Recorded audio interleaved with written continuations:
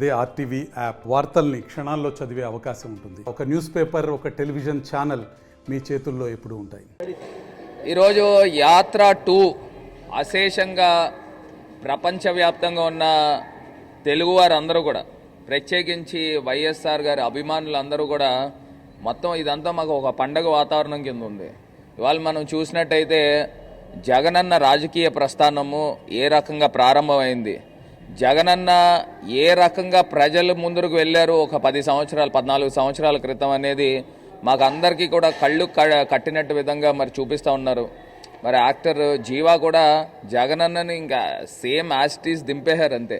ఆయన మేనరిజమ్స్ కానీ ఇది కానీ మనం చూస్తే, ఇది కాకుండా మనం చూస్తే ఢిల్లీ పెద్దలు అప్పట్లో సోనియా గాంధీ గారు దేశంలోని అత్యంత పవర్ఫుల్ లేడీ, మొత్తం కాంగ్రెస్ పార్టీ, తెలుగుదేశం, ఎన్ని పార్టీలు వీళ్ళందరూ కూడా మూకుముడిగా జగనన్న పైన ఏ రకంగా దాడి చేశారు, జగనన్న ఒక్క సింగిల్ పర్సన్ ఏ రకంగా వీళ్ళందరినీ కూడా ఎదుర్కొని వైఎస్ఆర్ కాంగ్రెస్ పార్టీ పెట్టి 5,45,000 మెజారిటీ, దేశంలో నాకు తెలిసి ఇప్పుడు దాకా హయ్యెస్ట్ సెకండ్ మెజారిటీ అనుకుంటున్నాను.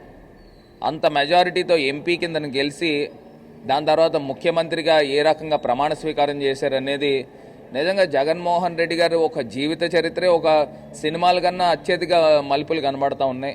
ఇవాళ మాకు అందరికీ కూడా రోమాలు నెక్కపొడిచే విధంగా మరి ఈ సినిమా ఉంది. ప్రతి ఒక్కళ్ళు కూడా, తెలుగువారు అన్నవాళ్ళు ప్రతి ఒక్కళ్ళు కూడా ఈ సినిమా చూడాల్సిన అవసరం ఉంది. ప్రజలందరినీ కూడా వచ్చి వాచ్ చేయండి. యాత్ర 2, యాత్ర 1కి ఏ రకంగా అయితే విశేష స్పందన వచ్చిందో దానికి రెట్టింపు స్పందన వస్తుందని కూడా ఈ సందర్భంగా తెలియపరుస్తున్నాను. ఏమండి, ఇది వైఎస్ఆర్ గారిని అభిమానించేవాళ్ళు ప్రతి ఒక్కళ్ళు కూడా, ప్రపంచవ్యాప్తంగా ఉన్న తెలుగువారు అందరూ కూడా చూడాలి. వైఎస్ఆర్ గారు ఒక మాట ఇస్తే మాట నిలబెట్టుకునే తత్వం. సేమ్ అదేవిధంగా జగన్మోహన్ రెడ్డి గారు కూడా తండ్రి ఆశయాలు ఏ రకంగా ముందుకు తీసుకెళ్ళాలి ఆ రకంగా ముందుకు తీసుకువెళ్ళారు. మరి తెలుగు వాళ్ళు అందరూ కూడా చూడాలి. ఎందుకు నేను చెప్తున్నానంటే, చంద్రబాబు నాయుడు గారు కాంగ్రెస్ పార్టీతో ఎలా కొల్లుడయ్యాడు అప్పట్లో. మొన్న కూడా ఓపెన్గా రాహుల్ గాంధీ గారు ఈయన కలిపి స్టేజ్లు ఎక్కి ప్రచార యాత్రలు కూడా చేశారు. అలా ఎన్టీ రామారావు గారు పార్టీ ఎట్లా పెట్టారండి? కాంగ్రెస్ పార్టీతో వ్యతిరేకించి పెట్టిన పార్టీ తెలుగుదేశం పార్టీ. అలాంటి పార్టీని కూడా కాంగ్రెస్తో కలిపేసే కార్యక్రమం చంద్రబాబు నాయుడు గారు చేశారంటే, యాత్ర 2 చూడండి. రాజశేఖర్ రెడ్డి గారు మాట ఇస్తే మాట నిలబెట్టుకుంటారు. సేమ్ తండ్రికి తగ్గ తనయుడి కింద జగనన్న కూడా మాట ఇస్తే మాట నిలబెట్టుకుంటారు. ఇవాళ రాష్ట్రంలో ఉన్న ప్రజలందరూ కూడా విశ్వసిస్తూ ఉన్నారు. ఇవాళ జగన్మోహన్ రెడ్డి గారు అంటే నిజం, చంద్రబాబు నాయుడు గారు అబద్ధం.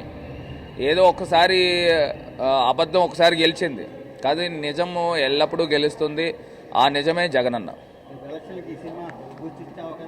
ఏం అవసరం లేదండి, ఆల్రెడీ జగన్మోహన్ రెడ్డి గారు అంటే ఏంటో ప్రజలందరికీ కూడా తెలుసు.